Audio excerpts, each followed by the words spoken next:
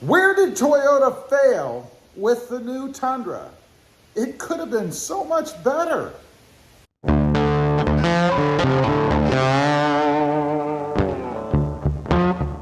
Well, good afternoon, everybody, and welcome back to RamBox FST. So I've been thinking, where really did Toyota fail with the new Tundra, the redesigned Tundra?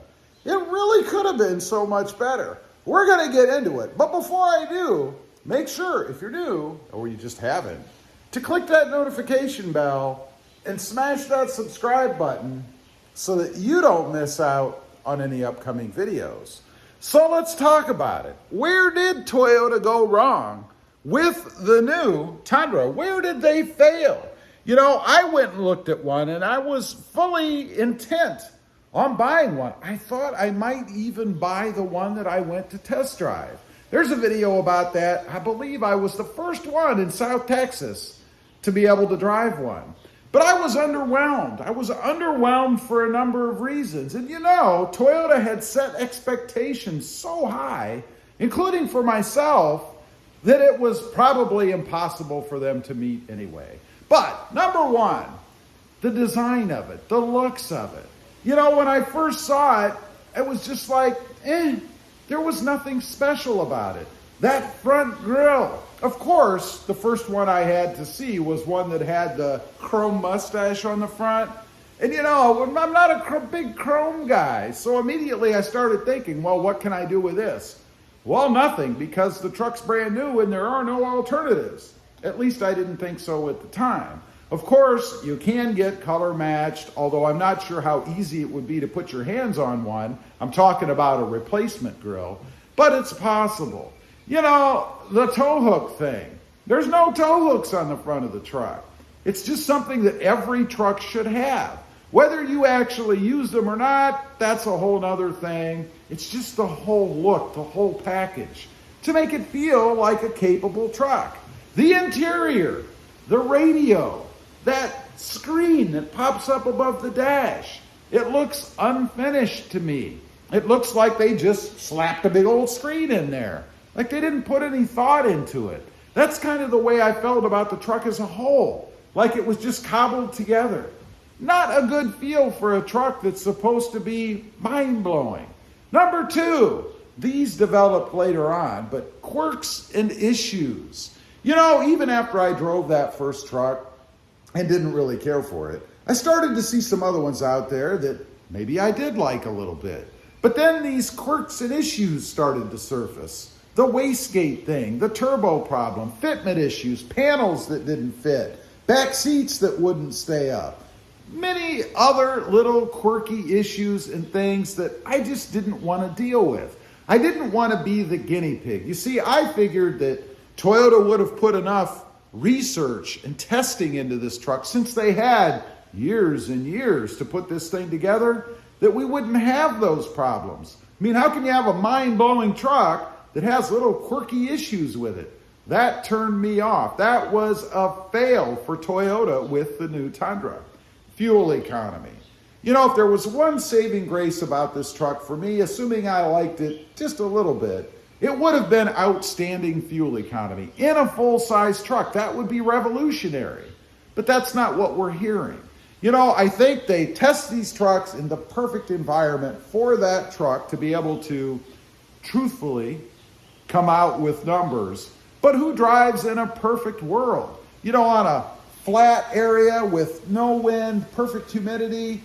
Nobody does that. The right temperature, I think that's how they test these vehicles, and I don't blame them for that. I mean, they are reporting accurate information for the conditions that they're testing in, which of course are going to be optimal for what they're trying to achieve. But I've heard of a lot of people reporting that the gas mileage is somewhere between 4 and 7 miles per gallon less than what Toyota is claiming it gets. That's horrible. It's mind-blowing, but not for the right reasons. 4, price and availability. They couldn't have put this truck out at a worse time. I mean, with the chip shortages and the sickness and everything else that's happening in the world right now, What a horrible time for Toyota to come out with a brand new redesigned Tundra. You can't find them because they're just not available. And when you do, dealers are adding humongous adjustments to the prices. I mean, I'm not going to go out and spend an extra $10, $15, $20,000 on anything. I'm not going to do it. That's like taking money and just throwing it in the garbage.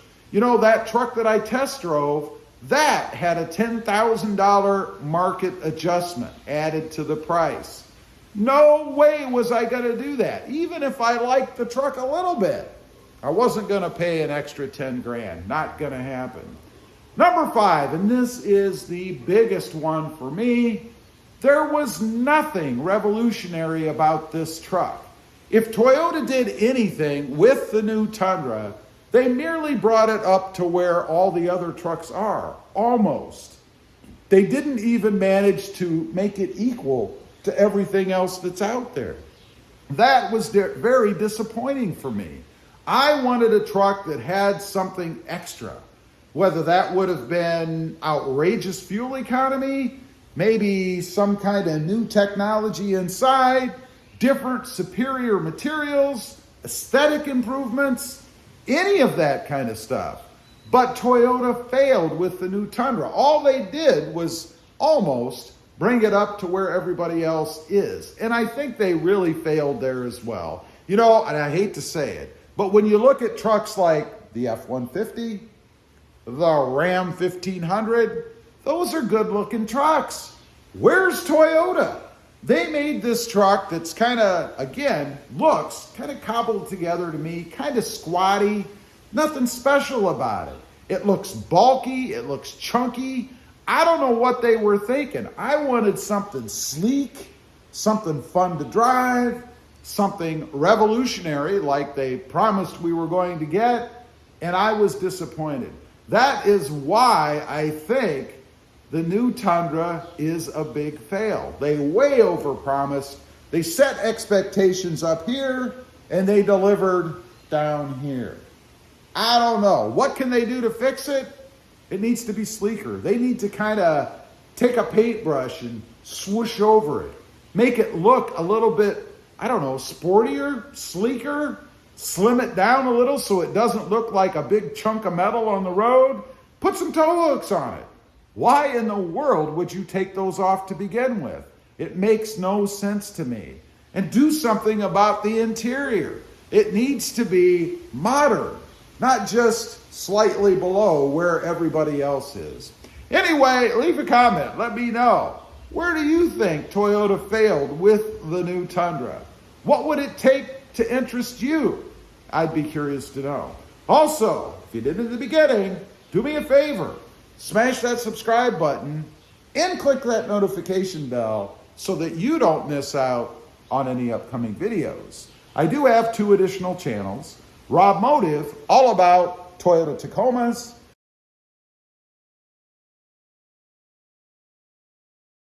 and Rob Motive JT, all about Jeep Gladiators.